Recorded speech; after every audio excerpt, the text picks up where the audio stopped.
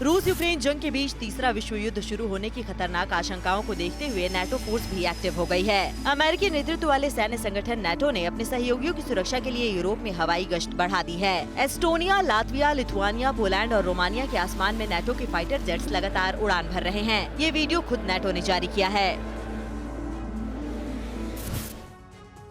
Ukraine के Donbas में जारी जंग के दौरान रूसी फौज ने यूक्रेन की अजो बटालियन के 2 ठिकानों से कई अमेरिकी और लिथुआनिया हथियार, मोर्टार और ग्रेनेड लॉन्चर बरामद करने का दावा किया है। रूसी रक्षा मंत्रालय ने अमेरिका और लिथुआनिया से यूक्रेन फौज को मिले इन हथियारों का वीडियो भी जारी किया है। भारी तादाद में मिले हथियारों के अलावा कई अहम दस्तावेज भी रूसी फौज के हाथ लगे हैं।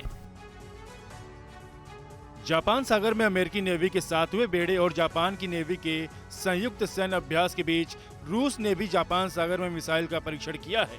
रूसी न्यूज एजेंसी तास के मुताबिक रूस ने अपने पनडुब्बी से कैलिबर क्रूज मिसाइल का परीक्षण किया है, जो सफल रहा। इस परीक्षण पर जापान ने कहा कि उसकी सीमा के करीब रूसी सैन्य गतिविधि तेज हो गई है, जिस पर उसकी नजर है। जापान सागर के कई द्वीपों पर रूस ने द्वितीय विश्व युद्ध के बाद से ही कब्जा कर रखा है, जिसको जापान अपना बताता रहा। इन द्वीपों को लेकर दोनों देशों के बीच लंबा विवाद है।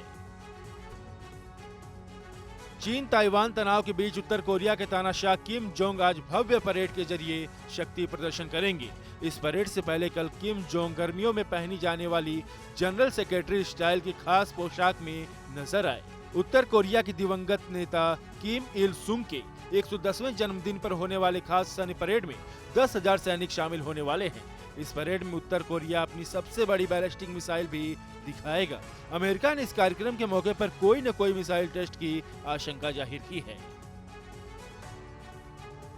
एमनेस्टी इंटरनेशनल की फिलिस्तीन के खिलाफ बर्बर कार्रवाई को लेकर जारी 280 पन्नों की रिपोर्ट पर इजराइल ने कड़ा ऐतराज जताया है।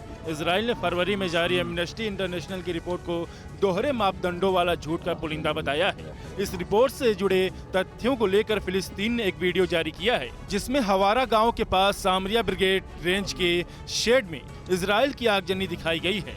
इजराइल ने कहा है कि एमनेस्टी की रिपोर्ट का मकसद एक यहूदी देश के तौर पर इजराइल को खत्म करना है। फिलिस्तीन के आतंकी संगठनों के खिलाफ इजराइल की कार्रवाई के बीच फिलिस्तीन के आसमान में बीती रात एक मिसाइल दिखने से हड़कंप मच गया। सूत्रों के मुताबिक उत्तरी फिलिस्तीन के इलाके में उड़ता मिसाइल सीरिया की दिशा में जाता दिखा। माना जा रहा है कि इजराइल ने सीरिया में ईरान समर्थित आतंकी संगठनों के ठिकाने को निशाना बनाने के लिए ये मिसाइल दागा है। इजराइल पहले भी कई बार सीरिया में आतंकी ठिकानों पर हमले कर चुका है। हाल के दिनों में फिलिस्तीन आतंकी संगठनों की ओर से किए गए कई हमले और ईरान के साथ बड़ी तनातनी के बीच इजराइल ने एक अभेद सुरक्षा प्रणाली को विकसित करने का दावा किया है। इजराइल ने इस एयर डिफेंस सिस्टम को लेजर वायु रक्षा प्रणाली बताया है, जो आयरन बीम की ही तरह है। इस लेजर वायु रक्षा प्रणाली का पिछले कई महीनों से इजराइल परीक्षण कर रहा था। इस परीक्षण के दौरान आयरन बीम का लेजर तकनीक से कई ड्रोन, रॉकेट, मोटार और एंटी टैंक मिसाइल को मार गिराया गया। जर्मनी की पुलिस ने स्वास्थ्य मंत्री को अगवा करने की साजिश रचने वाले 4 लोगों को गिरफ्तार किया है।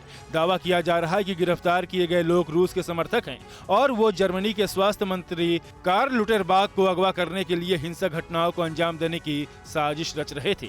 जर्मन के स्वास्थ्य मंत्री ने कहा कि कुछ ताकतें जर्मनी में गृह युद्ध कराना चाहते हैं। ऐसी भी आशंका जताई जा रही है कि जर्मनी में कुछ दिन पहले कोरोना को लेकर लगाई गई सख्त पाबंदियों से नाराज गुट भी इस साजिश में शामिल हो सकते हैं। परवाह देश की, सोमवार से शुक्रवार रात 10 बजे TV9 भारतवर्ष पर।